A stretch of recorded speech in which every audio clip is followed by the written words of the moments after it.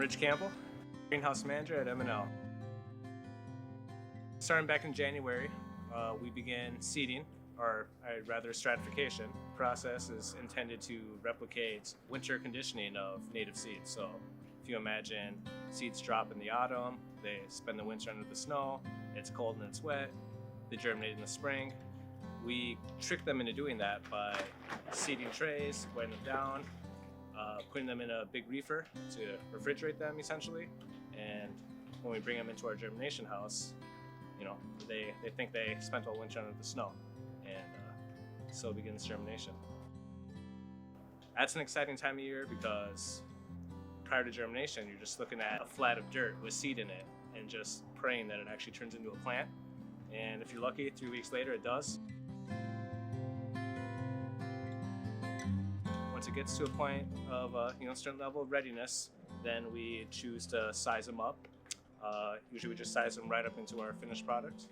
That's the trays you see around you. So this is 2 weeks after transplant. They were all about yay big.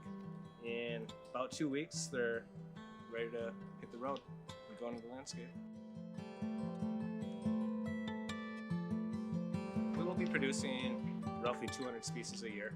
A lot of them are kind of trial runs, still learning how to produce a new species. We're constantly always experimenting with new techniques and new methods to speed things along in that production process. It's all about trying to meet that deadline. Someone once asked me, you must enjoy the challenge. I don't, I hate it. Yeah. I only like the ones that germinate good.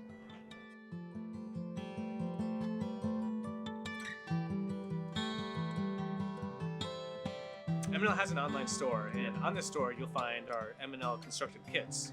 And what these kits are is we have 12 or 15 options or so, and they're all designed to fit different sort of habitats, different sort of ecotypes.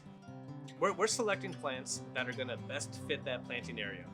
And in doing that, we're selecting plants based on their aesthetics, how they interact with each other, based on their bloom times, their heights, their pollinator value.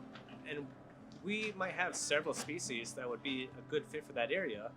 And this allows us to pick the 6 that at that moment in time in our production facilities are the most robust and the most healthy, and thus the most likely to be successful in your landscape. Well, just yesterday, my colleagues and I were designing our first batch of short and tidy kits.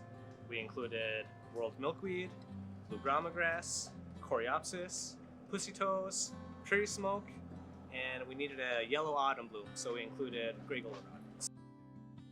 And we see this combination in our mind's eye, and we're really excited to ship them to folks.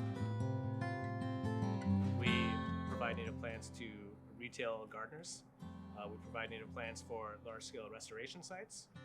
The whole purpose of this, to introducing these native plants to the market, is because they serve a very important purpose in the ecosystem. Historically, people have gone to your garden center and they've installed pretty flowers and this and that, and they have this mentality that we're planting flowers, we're feeding the bees, we're feeding the bugs, it's good. But in all actuality, these plants that you're used to seeing at a traditional garden center are likely Asiatic or African or European or South American.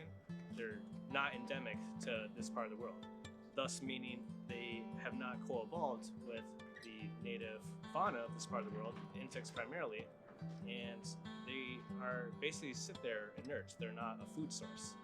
If you're not feeding the insects, then you're not feeding the birds, you're not feeding the little reptiles and mammals and so on. Each little bit of native habitat really makes a big difference.